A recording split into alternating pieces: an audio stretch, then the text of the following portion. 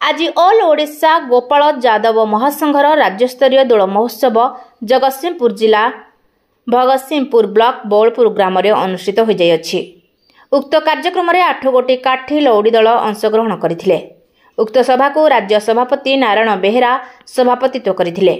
सभार मुख्य अतिथि भाव भुवनेश्वर सभानेत्री संजुक्ता भूतिया प्रदीप प्रज्वलन कर शुभारंभ करते। मुख्य वक्ता भाव महासंघर गुरु जोगींद्रनाथ दास गोपाल जाति संपर्क में आलोचना करी स्थानीय बासिंदा को विमोहित करते। सम्मानित अतिथि भाव राज्य संपादिका स्वर्णलता बेहेरा, महेश्वर खिलार, जिला सभापति संतोष कुमार दास, संपादक ऋषिकेश दास, परिचालना कमिटी मुख्य सुकांत बेहेरा, पीतवास दास, स्थानीय मुरबी मदन बेहेरा, क्षीरोद बेहेरा, नित्यानंद बेहेरा सम्मानित होते। संबंधित अतिथि भाव राज्य उपसभापति विघ्नेश्वर बेहेरा, चित्तरंजन बेहेरा, ज्ञानरंजन बेहेरा प्रमुख संबंधित होते। दोल महोत्सव वास्तव में यादव संस्कृतिर एक सांस्कृतिक कार्यक्रम। यादव मानकर संस्कृति हूँ कौन सी जातिर आत्मा जदि चली जाए से जीव शबर परिणत हो जाए। तेणु ये देश में अनेक जाति अच्छा, अनेक वर्णर लोक अच्छा, अनेक संस्कृति अच्छी, किंतु यादव जाति तार संस्कृति को नहीं बंची। जेहेतु ता पाखे तार संस्कृति अच्छी एवं से संस्कृति को लेकर से सांस्कृतिक कार्यक्रम करी चली। अतएव ये जाति आज भी बंची। ये जाति ये पृथ्वी पृष्ठ हूँ प्रथम जाति एवं आज जदि ये बंची ताले संस्कृति को लेकर बंची। तेणु दोल महोत्सव तार हूँ सबुठ बड़ सांस्कृतिक कार्यक्रम।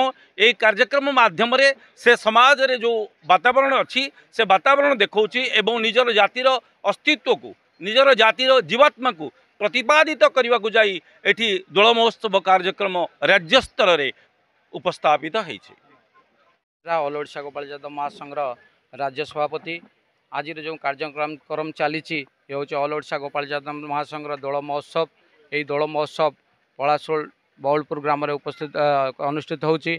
आज जो दोल महोत्सव चली ऑल ओडिशा गोपाल यादव महासंघ जो रही गोपाल एकता कार्यक्रम को त्वरान्वित करवा, गोपाल जातिर कला संस्कृति को त्वरान्वित करवा, गोपाल जातिर सामाजिक अर्थनैतिक राजनैतिक स्तर में केमती गोपाल जाति आगू को बढ़ी पार से प्रति आम यही कार्यक्रम जरिया समस्त वार्ता ऑल ओडिशा गोपाल यादव जिते गोपाल यादव लोक अच्छा से दबा चाहूँ। एथर आज 8टी टीम भाग नहीं, विभिन्न जिलूर आसी 8टी टीम, विभिन्न जिलूर सदस्य मैंने आसी ये पहुँची। आमर जो रही लक्ष्य गोपाल एकता कार्यक्रम आमे माने आमे देखा गले ओडिशा रे आसपास 30% लोक गोपाल यादव श्रेणी लोक बसवास करती, किंतु एठी विभिन्न संगठन जरिया लोक मैंने भाग भाग होकर रही।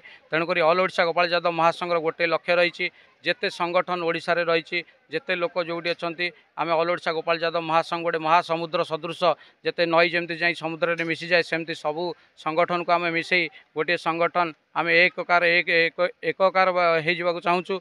तेणुक ऑल ओडिशा गोपाल यादव महासंघ वार्ता रही समस्त गोपाल यादव बंधु मान को अनुरोध ऑल ओडिशा गोपाल यादव महासंघ महापरिवार संगे आसतु। गोपाल जातिर सामाजिक राजनैतिक अर्थनैतिक सांस्कृतिक विकास आमको एकता हवा निहाती आवश्यकता रही। आज देखु आज ये गोपाल यादव महासंघ जो कार्यक्रम चली आम ये गोपाल जाति ओबीसी वर्गर जाति आज सरकार ए पर्यंत ओबीसी वर्गर जो 27% रहा कथा मु सरकार को राज्य सरकार को अनुरोध करी आम पिला उच्च शिक्षा एवं चाकरी क्षेत्र में 27% से निर्धारण करूँ जहाँकि संरक्षित कले आम पिला उच्च शिक्षा पाइबार जो वंचित होती 27% देले आम पिला उच्च शिक्षा पाइबे, आम पिला चाकरी पाइबे। जेहेतु कचरा कथा अच्छी जार संख्या जेते तार भाग सेते आमे माने कहया गले ये ओडिशा रे जो बसवास करुवा लोक मानकर 1/4 पीपुल होचंदी ऑल ओडिशा गोपाल यादव महासंघ बा गोपाल यादव पीपुल।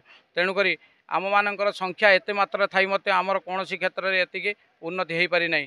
मुझे मीडिया बंधु मान जरिया राज्य सरकार को अनुरोध करी जे आम मानकर संरक्षित सीट 27% लागू हो जहाँफल आम पिला उच्च शिक्षा चाकरी क्षेत्र में आगू जापर। ढेंकानाल मालविका बेहरा रिपोर्ट रूपाथालिया न्यूज।